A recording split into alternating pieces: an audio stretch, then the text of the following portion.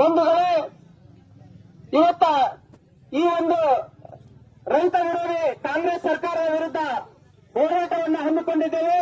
ಈ ಒಂದು ಹೋರಾಟದ ನೇತೃತ್ವವನ್ನು ವಹಿಸಿದಂತ ನಿಮ್ಮೆಲ್ಲರ ನೆಚ್ಚಿನ ನಾಯಕರು ಹಾಗೂ ಮಾಜಿ ಮುಖ್ಯಮಂತ್ರಿಗಳಾದಂತ ಬಸವರಾಜ ಬೊಮ್ಮಾಯಿ ಸಾಹೇಬ್ರೆ ಹಾಗೂ ನಮ್ಮ ಜಿಲ್ಲಾ ಅಧ್ಯಕ್ಷರಾದಂತ ವಿಪಕ್ಷಣ್ಣ ಬಳ್ಳಾರಿ ಅವರೇ ಹಾಗೂ ಶಿವರಾಜಣ್ಣ ಸಜ್ಜನರವರೇ ಹಾಗೂ ಎಲ್ಲ ನಮ್ಮ ಪಕ್ಷದ ಹಿರಿಯ ಮುಖಂಡರೇ, ನಾಯಕರೇ ಹಾಗೂ ದೇವದುರ್ಲಭ ಕಾರ್ಯಕರ್ತ ಬಂಧುಗಳೇ, ಇವತ್ತು ಕಾಂಗ್ರೆಸ್ ಸರ್ಕಾರ ಬಂದು ಇವತ್ತಿಗೆ 3ನೇ ವರ್ಷ ಕಾಲಿಟ್ಟಿದೆ. ಆದ್ರೆ ಈವರೆಗೆ ಕೂಡ ಯಾವ ಒಂದು ಅಭಿವೃದ್ಧಿ ಕೆಲಸವನ್ನು ಮಾಡಿಲ್ಲ. ಬಟ್ ನಮ್ಮ ಸರ್ಕಾರ ದೇಶ ಯಡಿಯೂರಪ್ಪನವರಿದ್ದಂತ ಸಂದರ್ಭದಲ್ಲಿ ಪ್ರಕೃತಿ ವಿಕೋಪ ಬಂತು.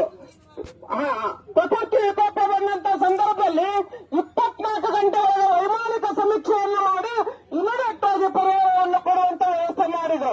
ಅವತ್ತಿನ ಸಂದರ್ಭದಲ್ಲಿ ನಮ್ಮ ಬಸವರಾಜ ಬೊಮ್ಮಾಯಿ ಸಾಹೇಬರು ಗೃಹ ಮಂತ್ರಿಗಳಿದ್ರು. ಅವರು ಕೂಡ ಅದು ವಿಶೇಷವಾಗಿ ನಮ್ಮ ಹಾವೇರಿ ಜಿಲ್ಲೆಯಲ್ಲಿ ಪ್ರಕೃತಿ ವಿಕೋಪ ನಡೀತು. ಅಂತ ಸಂದರ್ಭದಲ್ಲಿ ಸಾಹೇಬರು ಕೂಡ ಮನೆ ಹೊತ್ತು ಯಾರಿಗೆ ಏನ್ ಪರಿಹಾರ ಕೊಡಬೇಕನ್ನುವಂತ ವ್ಯವಸ್ಥೆಯನ್ನು ಕೂಡ ಬಸವರಾಜ ಬೊಮ್ಮಾಯಿ ಸಾಹೇಬರು ಮಾಡಿದ್ರು. ಬಂಧುಗಳೇ, ಅವತ್ತ ಮನೆ ಹಾನಿ ಆದ್ರೆ 5 ಲಕ್ಷ ರೂಪಾಯಿ ಕೊಡುವಂತ ವ್ಯವಸ್ಥೆ ನಮ್ಮ ಭಾರತೀಯ ಜನತಾ ಪಕ್ಷ ಸರ್ಕಾರಗಳು ಮಾಡಿತ್ತು. ಅದೇ ರೀತಿಯಾಗಿ ಭಾಗಶಃ ಹಾನಿಯಾಗಿದ್ರೆ 3 ಲಕ್ಷ ಕೊಡುವಂತ ವ್ಯವಸ್ಥೆಯನ್ನು ಮಾಡಿದ್ರು. ಆದ್ರೆ ಇವತ್ತ ಕಾಂಗ್ರೆಸ್ ಸರ್ಕಾರ ಕೇವಲ ಪೂರ್ಣ ಮಳೆ ಬಿದ್ದರೂ ಕೂಡ 1,20,000 ಕೊಡುವಂತ ವ್ಯವಸ್ಥೆಯನ್ನು ಮಾಡಿದೆ. ಅದನ್ನು ಕೂಡ ಕೊಟ್ಟಿಲ್ಲ ಅಂತ ಹೇಳಕ್ ಇಷ್ಟಪಡ್ತೀನಿ ಬಂಧುಗಳೇ. ಯಾಕಂದ್ರೆ ಮನೆ ಹಾನಿ ಇರ್ಬೋದು, ಬೆಳೆ ಹಾನಿ ಇರ್ಬೋದು. ಬೆಳೆ ಹಾನಿ ಕೂಡ ನಮ್ಮ ಸರ್ಕಾರ ಇದ್ದಂತ ಸಂದರ್ಭದಲ್ಲಿ ಪ್ರತಿ ಹೆಕ್ಟರ್ಗೆ ಯಾಕಬಾರ್ದು NDRF ರೂಲ್ಸ್ ಪ್ರಕಾರ 6,800 ರೂಪಾಯಿ ಇತ್ತು. 6,800 ಇದ್ರೆ ನಮ್ಮ ಸರ್ಕಾರ ಅದಕ್ಕೆ 10,000 ರೂಪಾಯಿಯನ್ನ ಜೋಡಣೆ ಮಾಡಿ 16,800 ರೂಪಾಯಿ ಕೊಡುವಂತ ವ್ಯವಸ್ಥೆಯನ್ನ ನಮ್ಮ ಸಾಹೇಬರ ಸರ್ಕಾರ ಮಾಡಿತ್ತು. ಅದೇ ರೀತಿಯಾಗಿ ಮತ್ತೆ ನೀರಾವರಿ ಕ್ಷೇತ್ರಕ್ಕೂ ಕೂಡ 16,800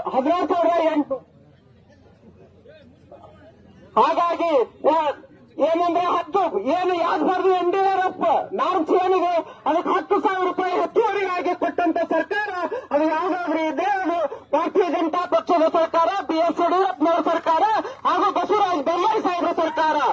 ಬಂಧುಗಳೇ, ಅದೇ ರೀತಿಯಾಗಿ ಇವತ್ತು ಕೂಡಲೇ ಸರ್ಕಾರ ರೈತರಿಗೆ ಪರಿಹಾರವನ್ನು ಕೊಡಬೇಕು, ಮನೆ ಕಳ್ಕೊಂಡಂತವರಿಗೆ ಮನೆ ಪರಿಹಾರವನ್ನು ಕೊಡಬೇಕು, ಬೆಳೆ ಹಾನಿಯಾದಂತವರಿಗೆ ಬೆಳೆ ಹಾನಿಯನ್ನು ಕೊಡಬೇಕಂತ ಹೇಳಿ ಈ ಸಂದರ್ಭದಲ್ಲಿ ನನಗೆ ಮಾತಾಡಲಿಕ್ಕೆ ಅವಕಾಶ ಮಾಡಿಕೊಟ್ಟಂತ ಎಲ್ಲ ನಮ್ಮ ಕಾರ್ಯಕರ್ತ ಬಂಧುಗಳಿಗೆ, ನಮ್ಮ ನಾಯಕರಿಗೆ ವಂಚಿ ನನ್ನ ಮಾತನ್ನು ಮುಗಿಸುತ್ತೇನೆ. ಜೈ ಹಿಂದ್, ಜೈ ಕರ್ನಾಟಕ.